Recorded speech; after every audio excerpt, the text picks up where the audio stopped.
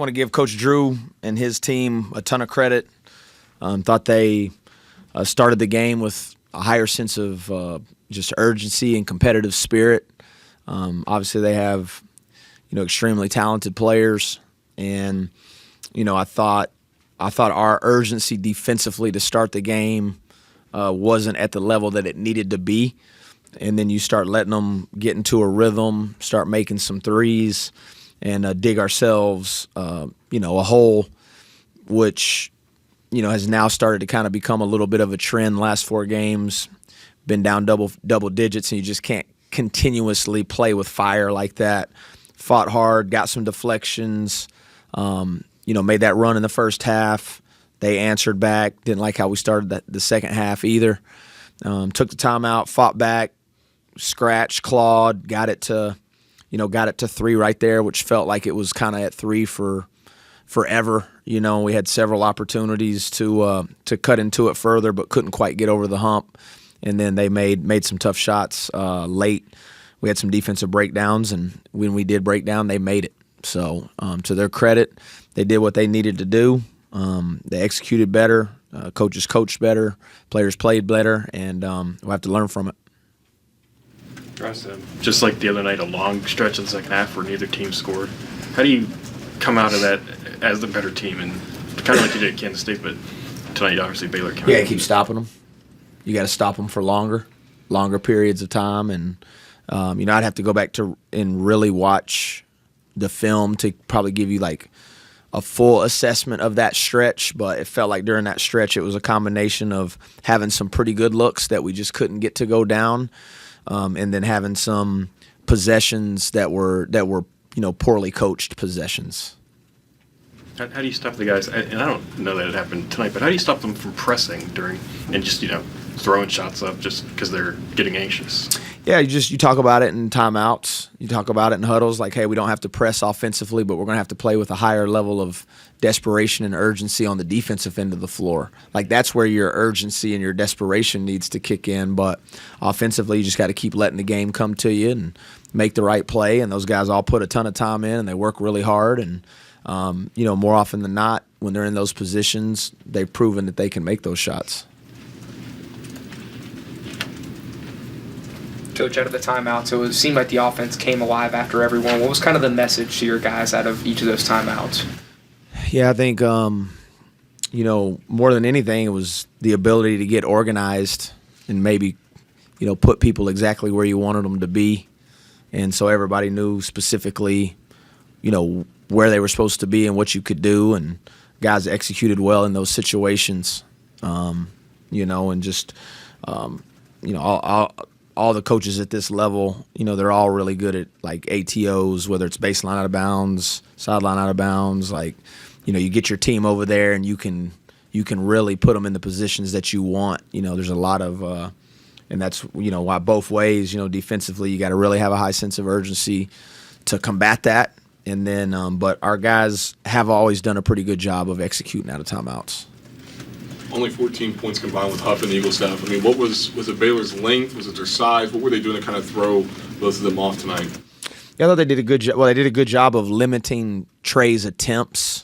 Couldn't get a lot of, clean leads for him. They were switching ball screens. So it kind of just, again, flattens you out and stagnates you a ton, and did a good job of staying attached to him when we were penetrating. And again, they did a good job of kind of picking on who they wanted to help off of and who they didn't want to help off and where their help could come from. And just got to do a better job. I've got to do a better job of getting putting Trey in better positions to get, cleaner shots. And on Honors, I thought, of his 9 threes, again, I'd have to go back and really look, but of the 9 threes he took, I want to say I think 4 or 5 were pretty clean looks for him, and cleaner looks than sometimes of the ones he makes, So they did a good job. Everybody's been, they're physical with him. They put 2 on the ball. Again, he's been making the right play out of the ball screens, 4 assists, only 1 turnover.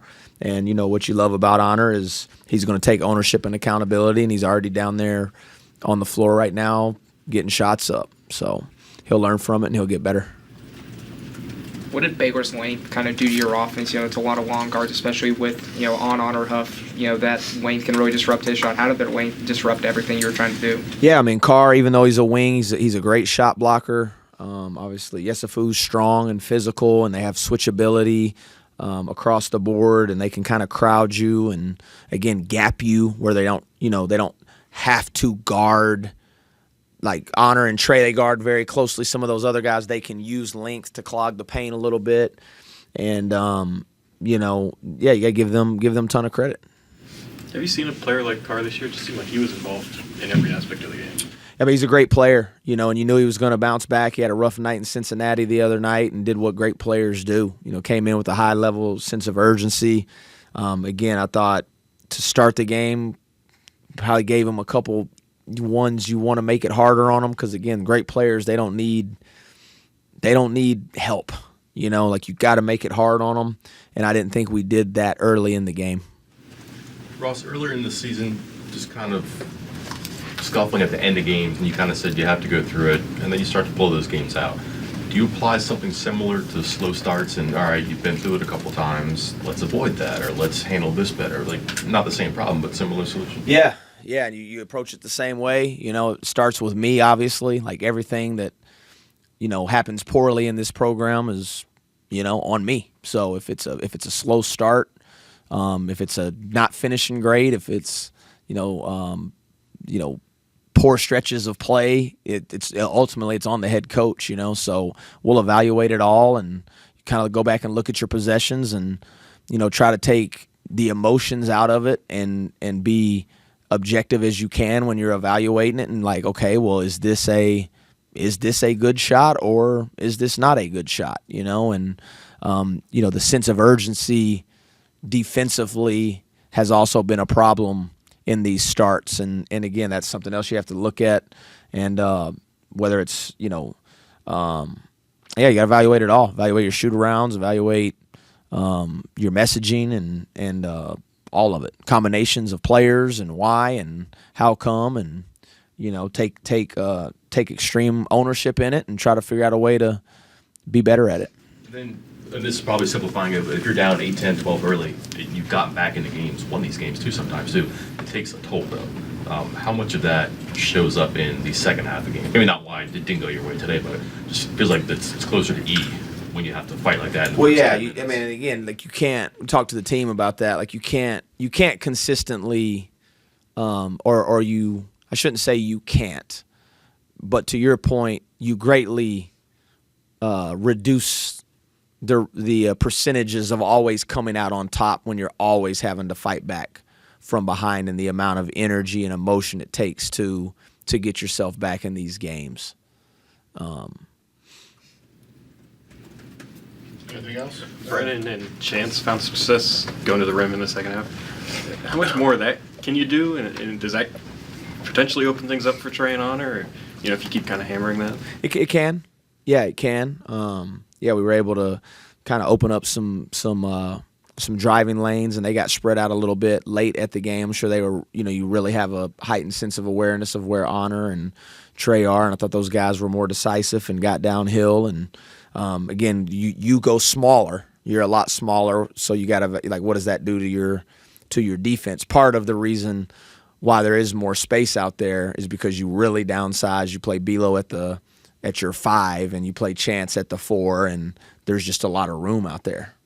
And they too were smaller because Powell didn't. They had Powell out of the game, and they were similar in size. So there's just not a lot of shot blocking out there. Amir, only 6.5 minutes. Was that a product of the game plan coming in, or just in-game adjustments? It's in-game adjustments, and again, I told him, like, I probably should have played him in the second half, honestly. But you get on that roll, and you're fighting, scratching, and clawing, and then you get it back to like 3, and then that group is kind of rolling, and Jasper was rebounding the ball and playing such good defense. I mean, Jasper, for a while there, felt like he was the only person rebounding the ball, and his on-ball defense and his disruptive nature. So you kind of you find a group that is working, and then it gets to that point where you hadn't played much at all, and then you put them in there with 3 minutes to go It's just so. But no, Amir's great. His attitude was great. He was great on the bench, and he'll be ready to roll next time. Coach, during that stretch in the second half where it was like that 3-point game for the longest time, and I was asking Brennan, it wasn't like you guys just kept coming down the floor and trying the same thing. Or it seemed like you were trying many different options. So I'm just kind of wondering, is it a situation where like you call something, maybe it doesn't work, you scratch it off, or maybe I come back to it, or just kind of take me through those minutes on what do you try, what don't you try, and that sort of thing. Or yeah, it's a good question. Again, I'd probably have to like really watch those possessions in succession, but I thought we were getting stops, and we had got some good stuff just in the flow of the game. You were able to get some good shots. They weren't able to get their defensive set. So, you wanted to kind of keep playing with pace and playing with flow. And, again, I thought that led to some pretty good shots. We were able to get some clean looks. And then there were some other times, again, as a coach, and hindsight's always 20/20, when you have a disorganized or a disjointed possession and doesn't end up with even a shot result. Well, of course, it's easy to be like, well, shit, I should have just put the brakes on it and at least called something to get us organized. But again, that's where we just got to keep getting better. Individuals got to get better. I got to get better. And sometimes you're putting the ball where you want it in the person's hands that you want it, and got pretty good looks, and the players want to make them, and you want it to go in, and everybody wants to go in, and it just didn't go in. And then there are the other possessions that are where I have to do a better job, where it's kind of an empty, it just doesn't even look, whether that's fatigue, some of it's that. Those guys are choosing to rest on offense. Like, well, you're getting stagnant on offense, yeah, because they don't want to move.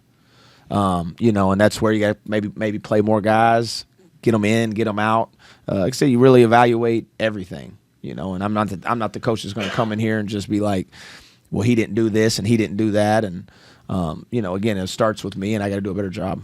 And then, you're talking about Honor taking ownership of, he's gone through the whole season with highlight shots, and it creates a certain level of excitement and surprise, I guess, maybe. But when it's this, does that also, is there some surprise to that as well?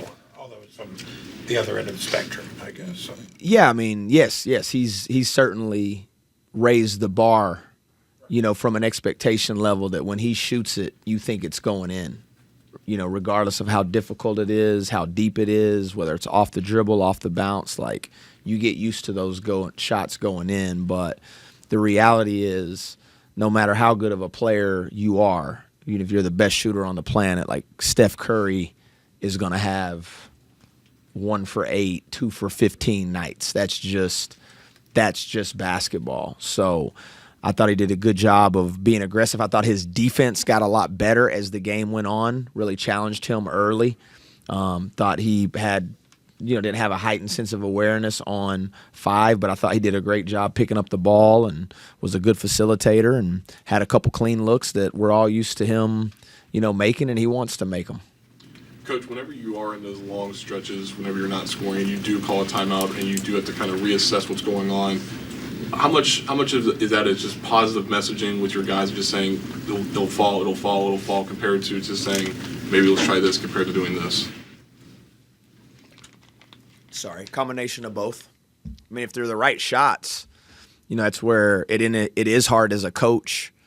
It is hard as a coach to not get emotionally caught up in the ball going in the basket or not going in the basket. It's very difficult. It's very difficult for all of us. Because you may not like a shot and then it goes in, then, we're all over like, good shot, but the reality is it probably wasn't a great shot. So if you're getting decent shots and the looks that you would like in those stretches, then the message is going to be like, hey, man, we're getting good looks. We're going to make these. If you're not being strong enough with the ball, if your spacing is poor, if there's something from an execution standpoint that you're not doing, then your messaging is going to be that. Ross, you're halfway through the Big 12, so 9 down, 9 to go. Just your reflections on what this has been like, but also what it's going to be like. Yeah, it's hard to be like completely, reflective at the moment on the totality of it, because you're just coming out of, this game. But yeah, man, every night's again, you're playing against a great team, great coach, great buildings. There's going to be a high level of familiarity with the teams that you're playing moving forward. And there's certainly it's not going to get any easier. That's for sure. And then it's the first for you. You don't win at home, which I wonder is obviously different things, but you get a road win, feels pretty good. And then is there a similar meeting parallel? I know that, but to not get a home win. Yeah, it's disappointing. Yeah. Anytime you lose at home, we take a lot of pride in protecting this place. Obviously, we have an incredible fan base. They tried everything they could to get us in that game today, man. They tried to will us into it. They were incredible. Never want to take that for granted. Disappointed we couldn't pull through for them. But anytime you lose at home, it's disappointing. Anytime you lose a game, it's disappointing. But we take pride in this place. We really do feel like we have one of the best home court advantages in the country, and you never want to lose a home game. Coach, just to make sure, I was seeing what I was seeing. Was Baylor switching all five? At times. Okay. At times, yeah. When Powell wasn't in there, they would pretty much. But then even when Powell was in, they would switch as well. Is that unique at all to anything that you? I mean, I know. But not. Four guys switches. Yeah. At times, but. There's been some other people that have done it, and Powell's a good defender at his size. He can actually switch out there and move his feet and cause some turnovers, with that. And that's where we got to do a better job. I got to do a better job of having a cleaner attack against the switches, where you can still get the ball moving and maybe organically find the mismatch with ball movement and player movement, as opposed to just one person getting the mismatch and feeling like I need to take this shot because I have the mismatch. And at times we did that well. Other times we did not do that well. Coach, thank you. Thank y'all. Y'all be safe.